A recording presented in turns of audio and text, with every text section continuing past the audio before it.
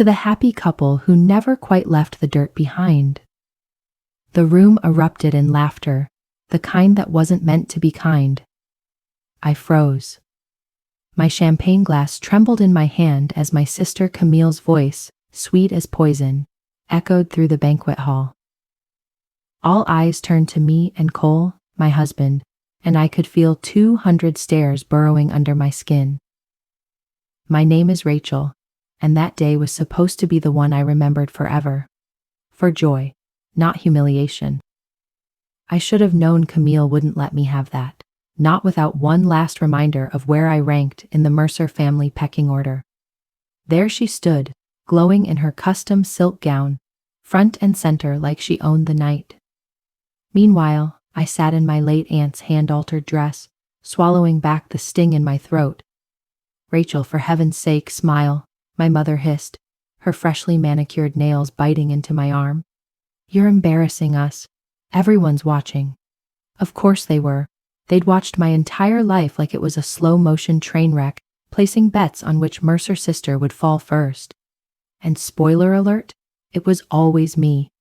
Cole's rough hand slid into mine beneath the table, his thumb brushing slow circles against my skin.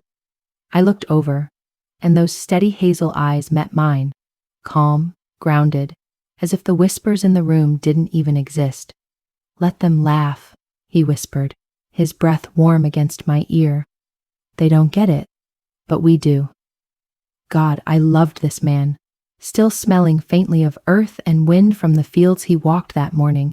Yes, even on our wedding day, he checked the greenhouse pumps. That's who he was. Grounded, real. In a sea of starched collars and plastic grins, he was the only thing that felt solid.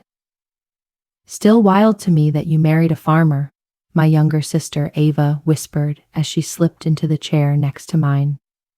At 28, Ava was the family peacekeeper, the professional fence-sitter. I think it's kind of poetic, honestly, but Mom's been mainlining Tums since the rehearsal dinner. "You really know how to comfort a bride," I muttered, my eyes trailing over to Camille, working the room like it was a campaign fundraiser. At 32, Camille had made a career out of being everyone's favorite. Columbia MBA, penthouse in Tribeca, and a husband who treated earnings reports like bedtime stories. "That's not what I meant," Ava said quickly. "Ladies and gentlemen," my father, Charles, announced through the mic, slicing through the room like a gavel. He stood tall, silver hair shellacked into place, his expression havava somewhere between forced pride and open regret. "I'd like to say a few words about my daughter, Rachel." And just like that, my stomach caved. This wouldn't be good. "Rachel has always walked her own road," he said, and I caught Camille smirking into her glass like she'd just won something. While her sisters focused on their careers and achievements, Rachel chose a different path, a simpler path.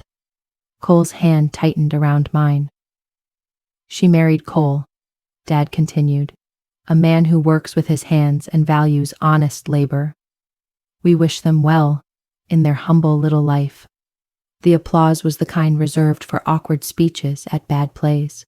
Mom wiped at her eyes, but I wasn't sure if it was mascara or regret smudging her face. "Your dad really nailed that eulogy," Cole muttered dryly, his voice calm even as the sting of the word sat heavy between us. "He probably rehearsed it in front of the mirror," I said, watching Camille whisper something to her husband, Nathan. They both laughed, and I didn't need to guess what or who it was about. This was my family, the ones who saw my wedding not as a celebration, but as the burial of everything they thought I could have been. My degree, my community award, the co-op I'd built from scratch, they all vanished in their eyes the moment I chose love over legacy. "You know what?" I stood up so fast my chair screeched backward, silencing the room like a record scratch. I lifted my water glass, because God forbid I waste overpriced champagne, and locked eyes with Camille. "To family," I said, raising my glass, "and to finding out who's actually in your corner when it counts." Camille's smile twitched, just briefly, But she recovered like a seasoned actress, lifting her glass as if nothing had landed. That toast was a shot across the bow, though I doubt most of them even heard the warning. Cole leaned in, brushing his lips near my ear. That's my girl. I didn't know then how right he would be, how everything would change. 3 years later, I was standing in Camille's foyer, granite under my boots, holding a casserole that probably cost less than the polish on her floor tiles. It was Mercer family barbecue day, and the soundtrack hadn't changed. Clinking glasses, fake laughs, and casual condescension, dressed up as polite banter. "Rachel," my mother called, all pageant queen brightness. "There you are. We were just talking about Camille and Nathan's new place in Aspen." Camille floated over in a sundress that probably cost more than our monthly seed budget. Her smile had the same artificial glow as her backyard lighting. "Oh, you brought something," she said, eyeing the dish like I'd handed her a dead raccoon. "So rustic." "Green bean casserole," I said, setting it next to the chef-labeled truffle sliders. Nathan swooped in, martini in hand, his polo shirt practically starched into armor. "Is it farm to table, or just farm?" The question landed like a challenge. Heads turned, my face flushed the way it always did when the Mercer snobometer dialed up. "We grew it ourselves," Cole said, appearing by my side. Jeans, boots, a faded button-down, same as always. Solid, real. Right. The farming gig," Nathan said with forced amusement. "Still getting your hands dirty out there?" "It's going well," I said, keeping my tone even. "We've been turning a profit for 2 years straight." Camille laughed, high and hollow. "Profitable? Sweetheart, Nathan just closed a partnership that makes your annual crop look like lemonade stand money." "Actually," my father Charles said as he wandered over with a bourbon, "I've been wondering, when are you two going to, step it up? Do something real?" My mother shot him a look, but not a silencing one. She wanted to hear it too. "We're happy," Cole said calmly. "It's honest work. We believe in it." Nathan smirked, swirling his drink. "Honest work? That's charming. Watching you two is like an episode of National Geographic. Midwestern mating rituals in the wild." The group chuckled. Ava looked uncomfortable across the patio, but, typical Ava, she said nothing. "At least we sleep well at night," I said, the words slipping out before I could stop them. The chuckles faded instantly. Nathan's jaw flexed. "Care to explain that comment?" Camille's voice sliced through the air like broken glass. "Nothing," I said too fast. "Just manual labor makes you sleep well, that's all." But it was too late. I'd stepped across some invisible tripwire, and the tension hit like static in a storm. "Anyway," my mother chirped, overly cheerful, "who wants to see the new guest house/pool cabana?" The herd moved, following Camille as she led them toward her latest monument to opulence. I took a step forward, but Cole touched my arm. "I'm gonna check the truck," he murmured. "Pretty sure I left a window cracked." I knew better. He didn't care about the truck. He just needed to breathe. These events suffocated him, watching the woman he loved be dissected in front of a live audience while he played silent witness. "I'll come with you," I offered. He shook his head gently. "Stay. Enjoy the family." The word tasted like ash. I stayed behind, staring at their glistening pool, water that likely cost more monthly than our entire grocery bill. Laughter spilled from the new cabana. I wondered, just for a second, what it would feel like to be inside that circle, not always orbiting just beyond it. "They're being vicious today," Ava said, appearing at my side, 2 glasses of wine in hand. "Today?" I muttered, taking the wine. "This is their Tuesday."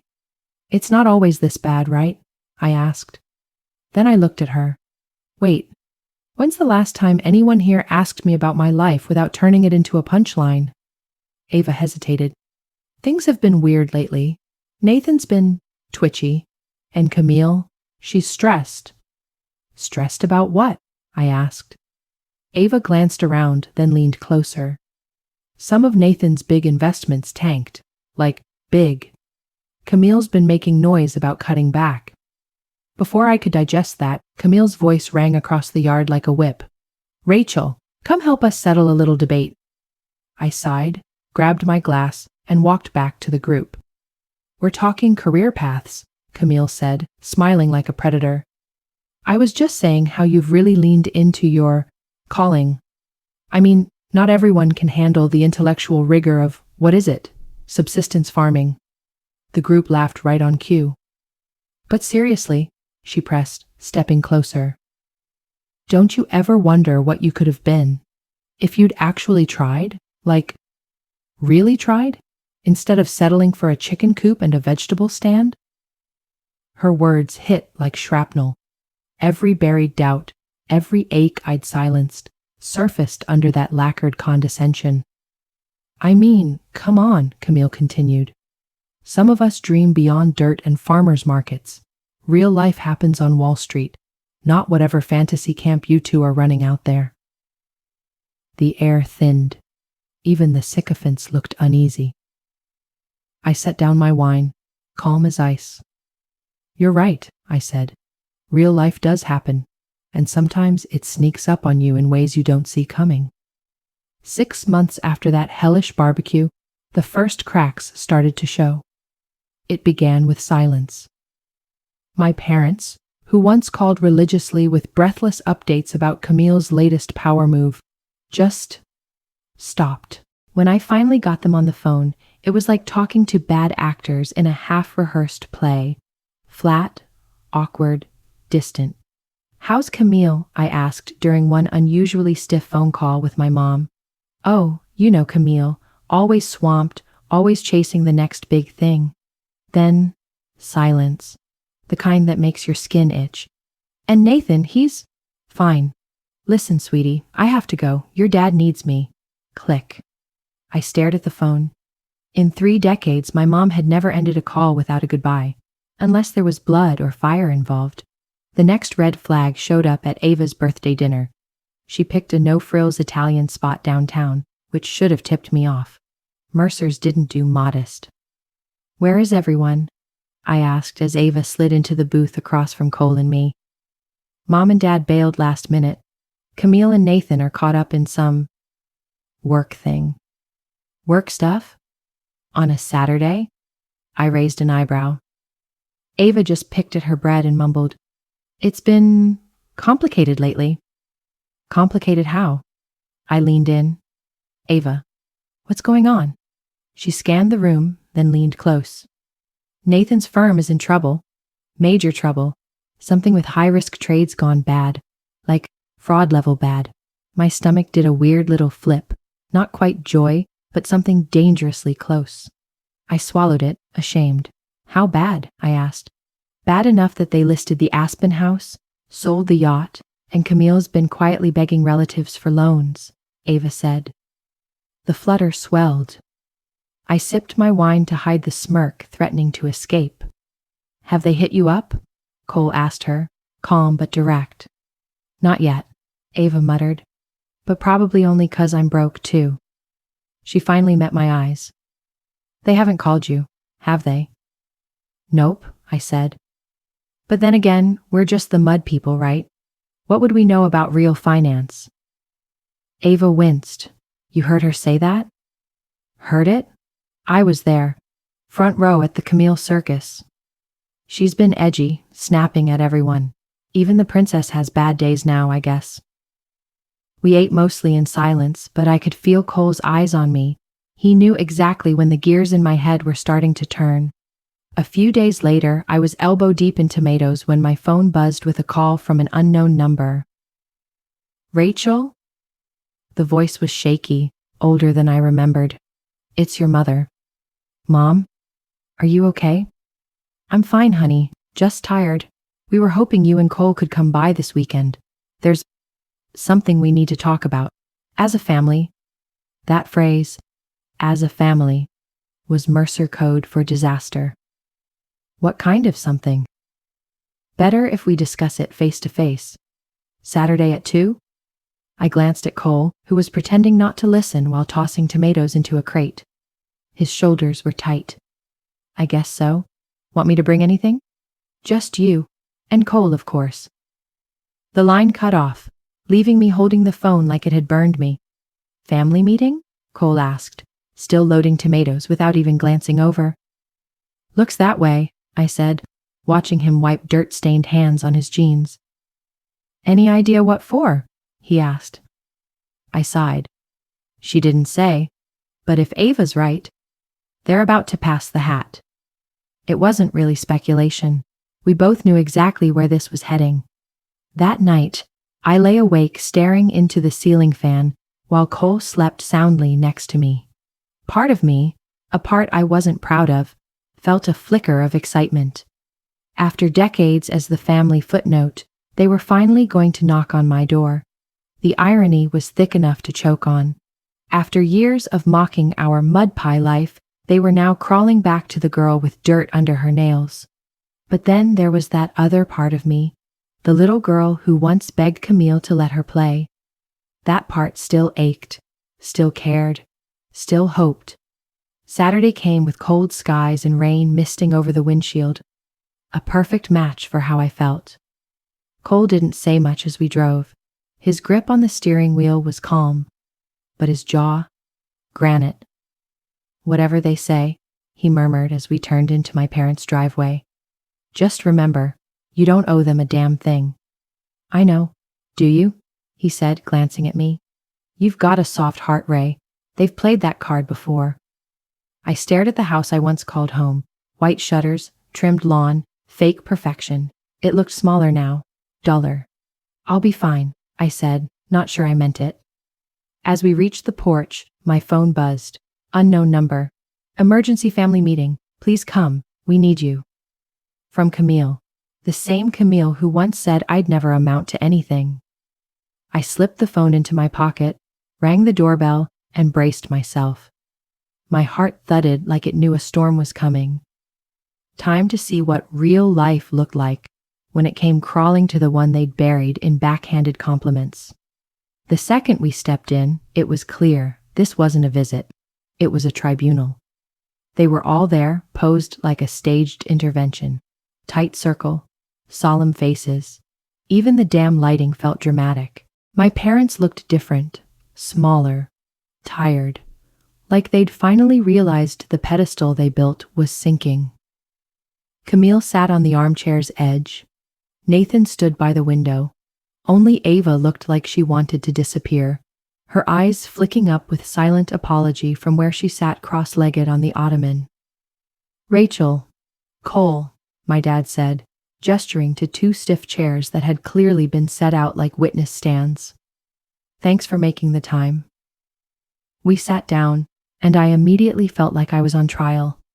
Okay, I said, cutting through the quiet. Let's have it. What's going on? My mom was twisting her ring. She only did that when things were about to go sideways. We need to talk about the family situation, she said. What situation? I asked. Nathan finally turned, and damn, he looked like hell. That smug aura? Gone. What was left was tight-jawed, red-eyed panic. Spare us the act, Rachel, he barked. You know why we're here. Nathan, Camille said sharply. But she didn't sound in control. Not this time. No, he snapped. I'm done pretending. Ava told you, didn't she? About the crash, about the money. I glanced at Ava, who was suddenly fascinated by her cuticles, as if they might spell out a way to escape. She said there were problems, I offered. Difficulties, Nathan scoffed, laughing without humor. Yeah, let's go with that. What Nathan's trying to say, my father cut in, is that the family is experiencing a financial setback, a serious one. How serious? I asked. The question sat in the room like smoke refusing to clear. My mom answered softly. We could lose everything. The words landed like a body blow. I'd suspected, sure, but hearing it out loud turned suspicion into fact. Everything? Cole said quietly. The house, savings, pensions? Yes, Dad said, flat as stone. Nathan made some investments. On our behalf. They went south. I looked at Nathan, who was now glaring at me like I had engineered the crash. I'm sorry to hear that, I said evenly, but I'm not sure what that has to do with us. Because we need your help, Camille said, leaning forward with a look I'd never seen on her before, something dangerously close to humility. Our help? I echoed. The farm, Dad said plainly. We need you to sell it. The words slapped me across the face. I'm sorry, what? It's the only thing in the family not tangled in the mess, Mom added quickly, voice cracking. If you sell, we can pay off most of what's owed. Start fresh. Cole's hand closed over mine, steady, strong. You want us to sell our home, I said, slow and sharp, to clean up your mess. It's not about mistakes, Nathan snapped. It's about family, doing what's right. What's right? I shot back. You mean asking your family to burn down everything they built because you gambled and lost? You've worked for, Camille cut in, standing now, the polish gone from her voice. You're playing house out in the sticks. This is real life. Real consequences. Yeah, consequences, I said, standing too. For your choices. We're family, Mom cried, tears finally falling. Family helps each other. Where was that help when you mocked our life every damn chance you got? I stood too, my hands clenched. Where was it when you treated Cole like a stray dog? That's not fair, Dad muttered. But he sounded like even he didn't believe it. Isn't it? You want to talk about fair? Let's talk about every holiday where we were the punchline, every joke about our simple life. Every time you acted like we embarrassed you just by showing up. Rachel, Ava tried. But I was already in motion. And now that your golden boy crashed and burned, we're family again? Now we matter? This isn't about the past, Camille insisted. It's about survival. Right, your survival, built on our sacrifice. It's just land, Nathan shouted. Dirt and weeds. You can buy another patch anywhere. The silence hit like a gunshot. Even Nathan seemed to realize. He'd gone too far. Cole stood, calm, controlled, dangerous. I think we're done here, he said quietly. Wait, Mom pleaded. Please, just think about it. No pressure to decide now. Actually, Dad cut in, we do need an answer. Soon. The creditors aren't waiting. We'll need your decision by Monday. Monday? I blinked. You're giving us 48 hours to blow up our lives so you can fix yours? Don't be dramatic, Camille muttered, but her voice cracked. It's just land.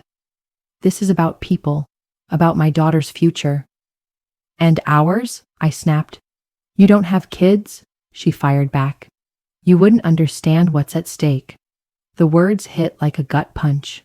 The implication that our childless marriage made us less hung in the air like poison. Cole's jaw twitched, his fists clenched at his sides. We're done here, I said, grabbing my purse. Rachel, please, my mother called after me. Just think it over. I turned once more to face them. All these people who shared my blood but felt more foreign than strangers. I'll think about it, I said. But maybe you should think about this. What kind of people ask their family to burn their life to the ground just to cover for their own recklessness? As we reached the truck, my dad's voice rang out from the doorway. You'll come around, Rachel. Once you remember everything we've done for you, everything you owe us. Cole's hand froze on the truck handle, knuckles white against the steel. What we owe them, I said loud, clear. After 30 years of being treated like the family's failure, what exactly do we owe? Silence. Not one of them had an answer they were brave enough to say out loud. The drive back was quiet, just the crunch of gravel and the burn of things left unsaid. Cole's grip on the wheel never loosened. I could feel the fury pulsing off him in waves. We pulled into our gravel drive, and I looked at our farmhouse, the one they wanted us to throw away, like it was nothing more than a bad investment. The evening sun bathed the fields in gold. This peace, this life, we built it. and they wanted us to erase it. There's something I want to show you, Cole said as we stepped out. Cole, I'm not selling. I don't care what they say. I know. That's not what this is about, he said. He walked toward the barn with purpose, not looking back. There's something I should have told you, a long time ago. I followed, confused. What kind of things? He didn't answer, just kept walking until we reached the small office in the back. I'd seen that room 100 times, but this time he opened a drawer I never even knew existed. Have a seat, he said, pulling out a thick manila file. Cole, you're scaring me. I'm not trying to scare you, he said. I just want you to understand who we really are. He opened the folder and spread papers across his desk. This is us, he said. I leaned in, scanning the legal docs, patents, and spreadsheets, numbers that looked like Monopoly money. What is all of this? I breathed. That, he pointed, is the irrigation system we rigged on the East Plot. I filed a patent 3 years ago. The top read, Patent granted to Cole Stone, Precision AgriFlow Irrigation Unit. It's licensed, Midwestern co-ops use it now, pays monthly royalties. He slid another paper across. And this is my soil algorithm, the one I wrote last year. The algorithm, he said, tells us the precise timing and location for optimal planting. Another patent. Another sheet, his name bold across the header. I don't get it, I whispered. Why hide this from me? Because I needed to prove it, he said. I couldn't bring you a dream. I wanted to hand you something real.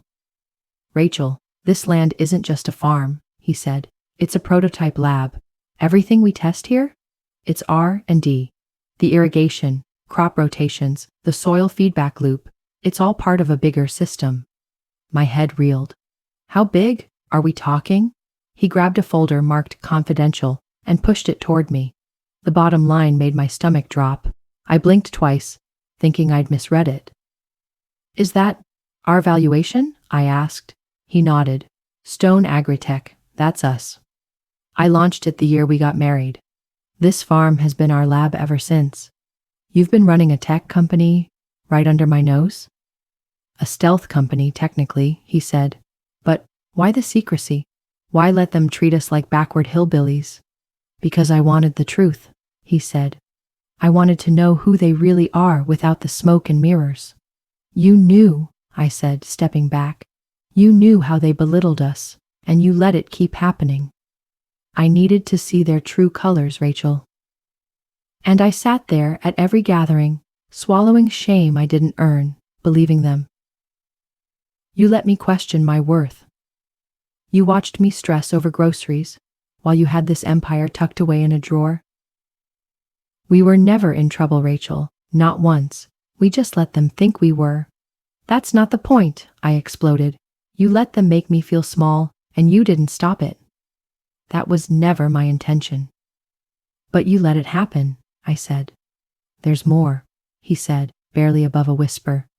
What do you mean, more? It's about Nathan, and what really happened to their money.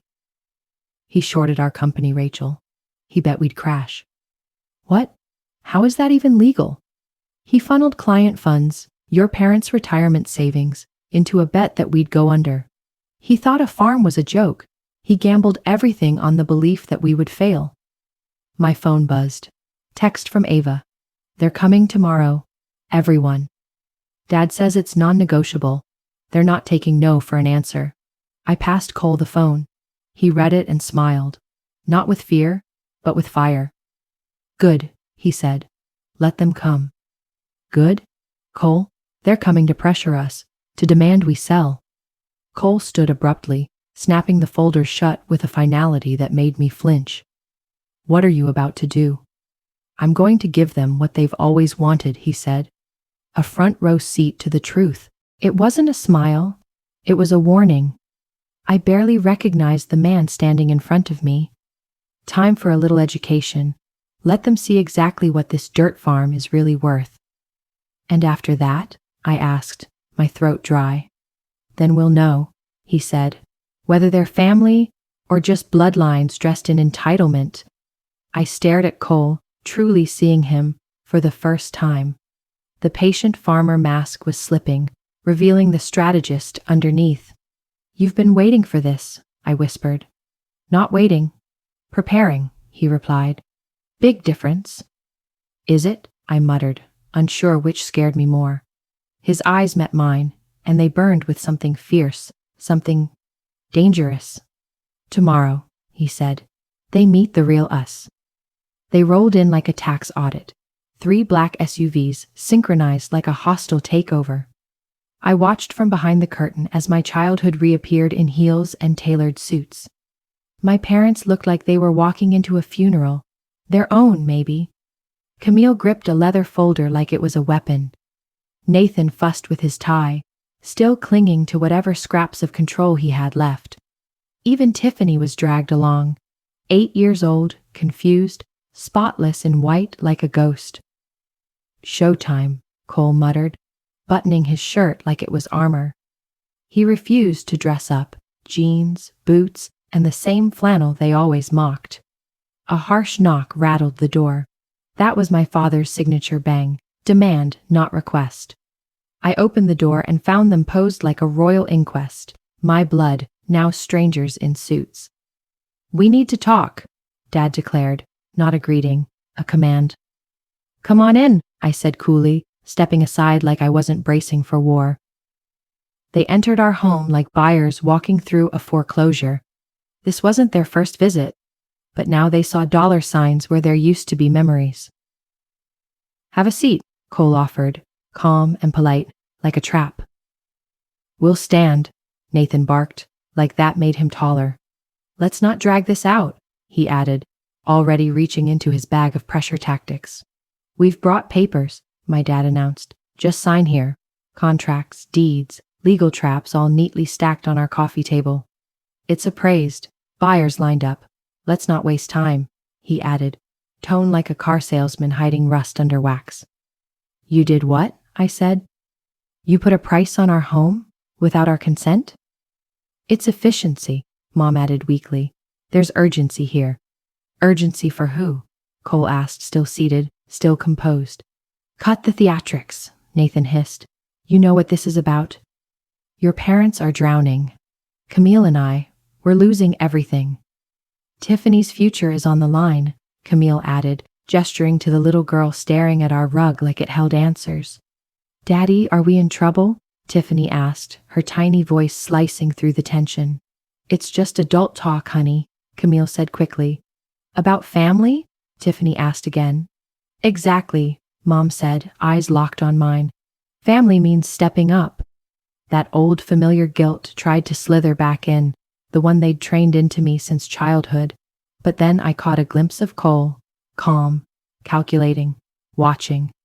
"You're absolutely right," Cole said suddenly, his voice calm as glass. "Family should take care of each other."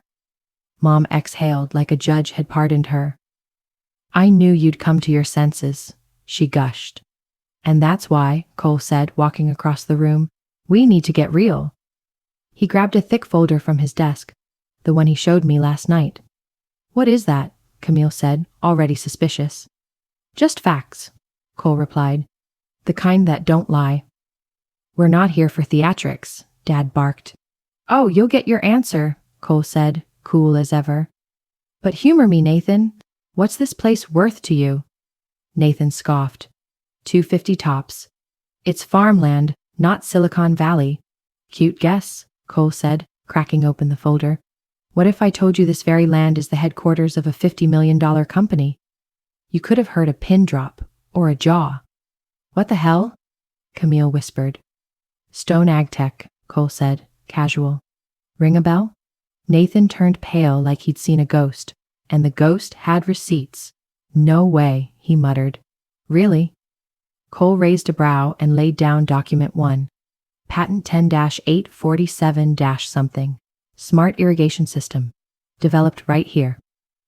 Used in 12 states and counting. Every drop of water measured to the millimeter. Then there's the software, predictive soil analysis. Also mine. He dropped that one on the table like a mic. "Should I go on?" Because I've got 30 more of these bad boys. Mom blinked like the words were in Sanskrit. I don't get it, she stammered. It's real simple, Cole replied. While y'all mocked us for years, we were building an empire. But you're a farmer, Dad mumbled, voice cracking. I'm a farmer, sure, with a PhD from MIT and CEO of a company changing how America feeds itself. Camille practically collapsed onto the couch. You're bluffing, she whispered. Every word, Cole said, pulling out a financial sheet. Here, want our quarterly profits? Nathan flinched like the paper had burned him. But wait, Cole said, voice darkening. There's more. You said you might have heard of us, Nathan. Let me remind you how familiar you are. You told your clients, including her parents, to bet against us. You shorted our stock. The room cracked under the weight of that silence. You gambled away their retirement, betting against your own blood, thinking we were nothing but dirt farmers. Cole didn't even raise his voice. That made it worse. He was surgical, precise. You risked everything banking on our failure, on my husband's failure, on mine. Nathan looked like a fish flung on dry land, speechless and suffocating. And the punchline? Cole added, walking toward the center of the room like a judge delivering a sentence. Every dollar you lost went straight to our bank account. Our stock doubled. You fed the very empire you tried to crush. Jesus Christ. So now you want us to burn everything we built? To patch the hole you blew open? Just then, the front door swung open, and a man in a custom Navy suit stepped inside like he owned the floor. Apologies, he said coolly. Had to dodge some small-town traffic. Meet our attorney, Cole said with a nod. Leonard West, managing partner at West & Ryman. Leonard smiled like a man about to play chess with toddlers. Let's clear up some misunderstandings, he said, cracking open his sleek leather briefcase. My dad's wrinkled documents looked like Monopoly money next to Leonard's pristine stack of legal artillery. Here's the truth, Leonard began, flipping to the first page like he'd done this 1,000 times. This property belongs, fully and legally, to Stone AgTech, owned by Cole and Rachel Stone. No loans, no liens, no claimable debt. That's not true, Dad snapped, his face flushing red. It is. Here's proof of repayment, with 6% interest, canceled checks included. Dad stared at the paper like it had insulted his entire lineage. And any attempt to contest the deed would violate federal protections. You'd be in violation of USDA grant terms. Federal what? Mom squeaked. Cole folded his arms. We're collaborating with the USDA on climate-resistant crops. It's a big deal, but of course you never asked. Nathan, still ghost white, finally choked out. That's impressive, but we're still family. Family, I said, standing slowly, the word dry on my tongue. Let's talk about that. I walked to the mantel and picked up a graduation photo, my smile radiant, their expressions forced. Remember this? My graduation from UC Davis, top of the class in environmental science. You told me I wasted my life studying dirt, said I should have gone to law school like Nathan. I set it down gently and picked up another frame. This was our wedding day, I said, voice trembling. Where you spent the reception apologizing to your friends because I married a nobody farmer. You told Aunt Lila I'd eventually wake up and realize what a mistake I made. Like marrying Cole was some temporary insanity. Rachel, Mom tried, but I didn't let her. Number you had your stage for 30 years. It's my turn now. My voice was clear, even as my hands trembled. Every holiday dinner, every wedding, every goddamn barbecue, your eyes said it all. She's the one who settled. She's the one who failed. Camille's mascara was running, staining her designer blouse. You meant it, I snapped. You said our life was a fantasy, that real success wore suits and ran hedge funds, not boots and dirt. That's the problem, I said, voice rising. You didn't know and you didn't care to know. We weren't people to you. We were punchlines. Leonard, always perfectly timed, stepped forward with another document. Our firm has been monitoring all short trades made against our company, he began, smooth as ice, including those placed by Pinnacle Equity, Mr. Nathan Moore's firm. Nathan looked like he might faint. $2.3 million in client losses, Leonard said, setting down the report. 17 families, 17 lives gambled for your pride. The odds were in my favor, Nathan mumbled. Startups like yours fail all the time. And yet, Leonard cut in sharply, you did zero due diligence. No visit, no calls, not even a LinkedIn scroll. You saw farmland and wrote us off, Cole added, same way you always wrote me off. My father stood abruptly. We'll sue. For damages. For fraud. Leonard chuckled, then leaned in like he was savoring it. Please do. I'd love to explain to a jury how your golden boy sabotaged your retirement by betting against your daughter's company. Imagine the headlines. Camille, still crying, finally looked up. Rachel, what do you want from us? I looked at each of them. My parents, who spent decades making me feel like second place. My sister, the queen of cruelty. Nathan, arrogant and hollow. And Tiffany, just a child, watching it all implode. I want you gone, I said flatly. Out of our house, out of our lives. Please, Rachel, Mom sobbed. We were wrong, we see that now, we're still family. No, I replied, and I swear the air got lighter. Family doesn't humiliate each other. Family doesn't drain you and call it love. Family shows up before they need something. What about us? Camille asked, voice cracking. What about Tiffany? Camille cried. What about her future? I glanced at Tiffany, an innocent child in the ruins of her parents' choices. Her future was never mine to protect. It was yours, and you gambled it away. You'd let us lose everything? Dad asked. After all we've done for you? I laughed bitterly. What have you done for me besides making me feel like a failure for 30 years? He stayed silent. We're done here, Cole said firmly. Leonard, please. Wait, Camille shrieked. You'll regret turning your back on family. I met her gaze, unafraid for the first time. You're right, I said. I'll remember this day, when I stopped letting you decide what I'm worth. They left in silence, like mourners at a funeral. For the first time in decades, I felt free. Leonard packed up calmly. That went about as expected. You've done this before? I asked. Not exactly, but I've seen enough.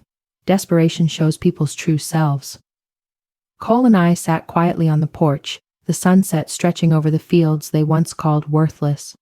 Was I too harsh? I asked. Cole nodded. She mocked us even then. They never saw us, just people to look down on. They're still my family, I murmured. Are they? He replied. My phone rang. It was Ava. Rachel, she said, voice trembling. I'm so sorry.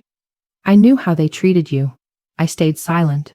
But silence is complicity. You were in a tough spot, I said. I was a coward, Ava whispered. And now they're saying horrible things about you. Dad says you abandoned us. Mom acts like you ruined their lives. She thinks you and Cole set them up. She's bitter, really bitter. We didn't scheme. We just stopped shrinking for them. I know you, even if I didn't stand up for you. Can you forgive me? Ava asked, voice breaking. You called. That means something. I want to see you. I miss you. Not their version of you. Dinner Sunday. Come as you are. No drama. Just me. I promise.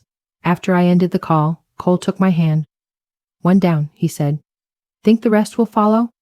Does it even matter? I asked. A week ago, I'd have said yes. Now? It felt like shedding dead weight. The next morning, a stranger pulled into our driveway. Mrs. Stone? I'm Sarah Martinez from the Department of Agriculture. I'd like to talk about your drought resistance research. Cole walked out from the barn. Sarah? That was quick, Cole smiled. We want to fast-track the grant. The results are phenomenal. Grant? I asked, surprised. $2.7 million over 3 years, Sarah confirmed. I looked at Cole. You didn't tell me. I didn't want to get your hopes up too soon, he said. But yes, we're about to be very busy. My family had come to destroy what might feed millions. The irony, they mocked us while we were building something world-changing. That evening, as we walked the fields, Cole asked, "Any regrets?" I thought of Mom's tears, Camille's desperation, Tiffany's innocence. I thought of the years they made me feel small, unworthy, unsure of myself. No, I said, and I meant it. No regrets. Even about your family, Cole added. They chose their path long ago. They looked down on us, doubted us, even bet money we'd fail. I stopped, turned to him. I choose us. This life, this work, this future. Cole gave me that soft smile, the one that first won my heart. Good, he said, because I have big plans for us. Bigger than the company, much bigger. We're going to change the world, Rachel, one seed at a time. As we headed home, something shifted inside me. The need for their approval, the weight of their doubt, was gone. In its place was clarity, strength, peace. I was where I belonged, with the right man, doing the work I was meant for. And for the first time, that was enough. It was more than enough. It was everything.